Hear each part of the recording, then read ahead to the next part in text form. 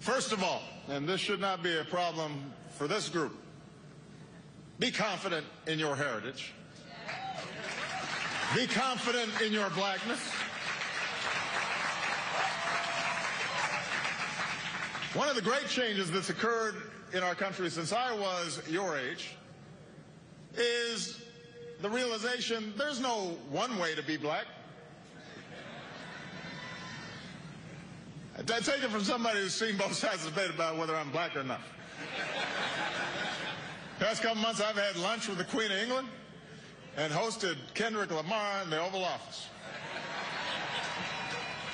There's no straitjacket, there's no constraints, there's no litmus test for authenticity.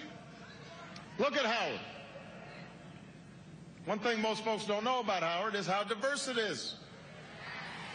When you arrived here, some of you were like, oh, they got black people in Iowa? But it's true. This class comes from big cities and rural communities, and some of you crossed oceans to study here. You shatter stereotypes. Some of you come from a long line of bison. Some of you are the first in your family to graduate from college. You all talk different. You all dress different. You're Lakers fans, Celtics fans, maybe even some hockey fans.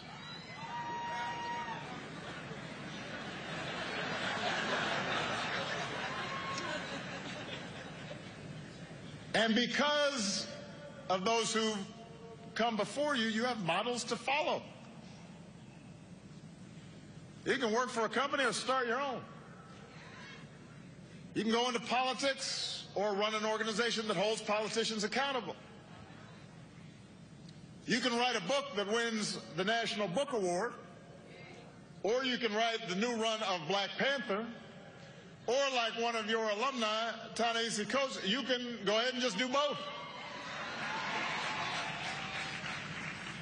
You can create your own style, set your own standard of beauty, embrace your own sexuality. Think about an icon we just lost, Prince. He blew up categories. People didn't know what Prince was doing.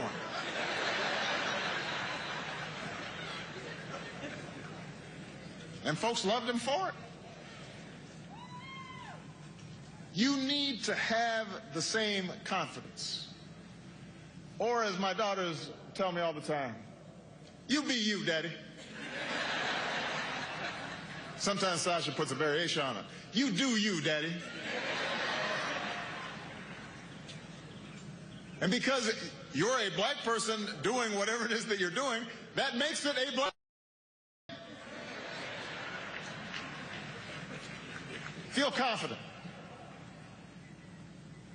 Second, even as we each embrace our own beautiful, unique, and valid versions of our blackness, remember the tie that does bind us as African Americans. And that is our particular awareness of injustice and unfairness and struggle.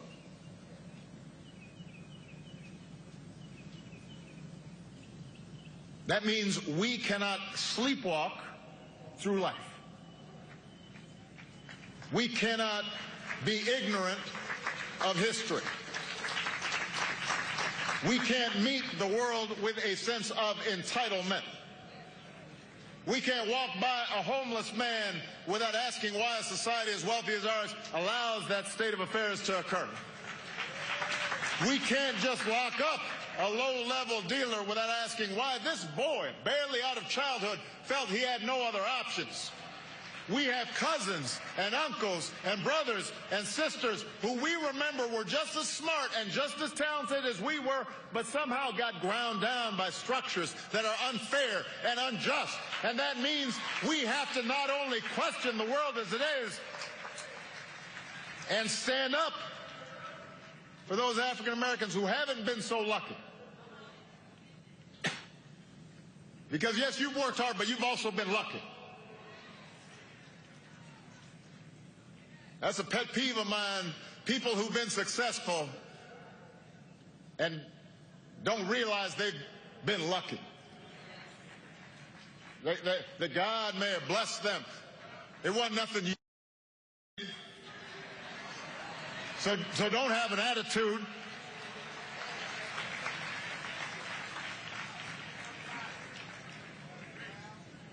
But we must also expand our moral imaginations to understand and empathize with all people who are struggling. Not just black folks who are struggling. The refugee, the immigrant, the rural poor, the transgender person, and yes, the middle-aged white guy who you may think has all the advantages, but over the last several decades has seen his world upended by economic and cultural and technological change and feels powerless to stop it. You got to get in his head too.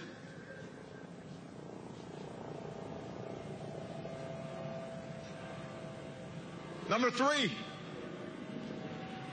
you have to go through life with more than just passion for change. You need a strategy.